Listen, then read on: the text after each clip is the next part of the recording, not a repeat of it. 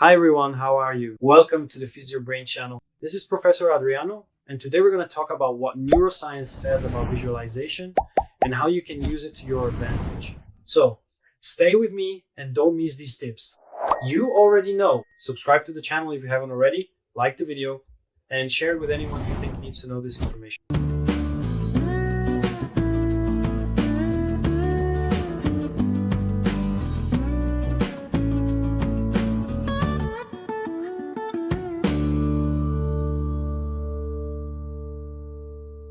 So everyone, in the previous video, we talked about positive thinking and how neuroscience explains this as something literally positive for the brain and the body, okay?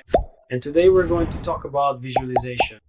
Visualization is widely used in techniques, right? In psychology, coaching, high performance, and mentoring techniques, with the goal of getting the person to visualize something they desire, and over time, this becomes something positive for them. She visualizes a promotion at work. She visualizes passing a competitive exam, passing a college entrance exam. And according to neuroscientists who study more about the subconscious, the tendency is that human behavior, your behavior, will be to generate strategies and actions so that these goals become reality. Okay? It's not telepathy or something that's just going to happen out of nowhere. But if you want, for example, to lose 10 kilos, if you visualize that frequently, the tendency is that this will enter your subconscious and you will start to have behaviors that match that goal. So exercising regularly, controlled eating, right? So that's one of the aspects that work with visualization. But that's not really what interests me here. That's not what I want to talk about here.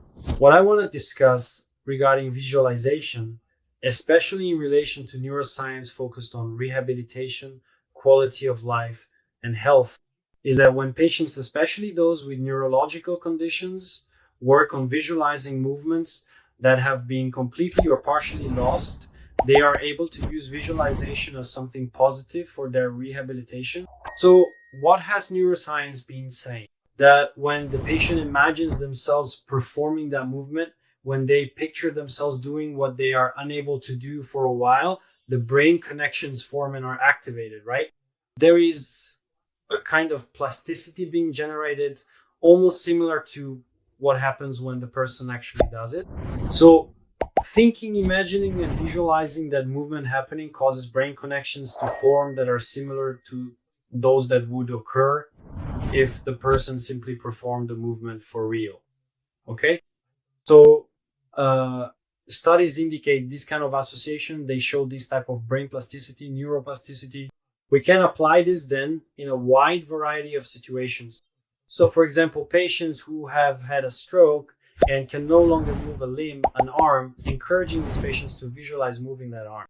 People with spinal cord injuries who can no longer stand, who no longer have strength in their lower limbs, encouraging these people to visualize this kind of practice of standing up, okay? Patients with fibromyalgia, with chronic pain, who can no longer climb stairs, imagining climbing the stairs, imagining going up step by step, and then going through the motion of climbing. We know that there are a number of biopsychosocial factors that influence whether or not a movement is performed. And sometimes it's not just the muscle, not just the bone, not just the tendon that's affected, but rather biopsychosocial issues, psychological issues like fear and trauma that can have an impact. So visualization is a technique that has been used and can indeed be a complementary strategy to physical exercise, a complementary strategy to studying, to cognitive therapies, to cognitive stimulation strategies. Okay, so if you want to improve your performance, if you want to enhance what your patient can do, you can consider visualization strategies. Encourage the person to visualize that movement happening. Encourage yourself to imagine doing the activities you want to do, really picturing them happening, okay? So this can be a strategy, and neuroscience has been indicating that there is in fact a neuroplasticity basis supporting this type of strategy. So if you think visualization might be something that helps you, that will, make things easier or boost your results, go ahead and use it, right? I believe it really can be a strategy, a support for what can be done to help you, your patient, your student, or your client reach their full potential. All right? I hope you enjoyed the video. If you have any questions, leave them in the comments. We'll talk, we'll sort things out, and we'll clarify everything we discussed here. If you like the video, share. Like the video if you haven't already. Subscribe to the channel if you're not subscribed yet. Take care, and I'll see you in the next videos.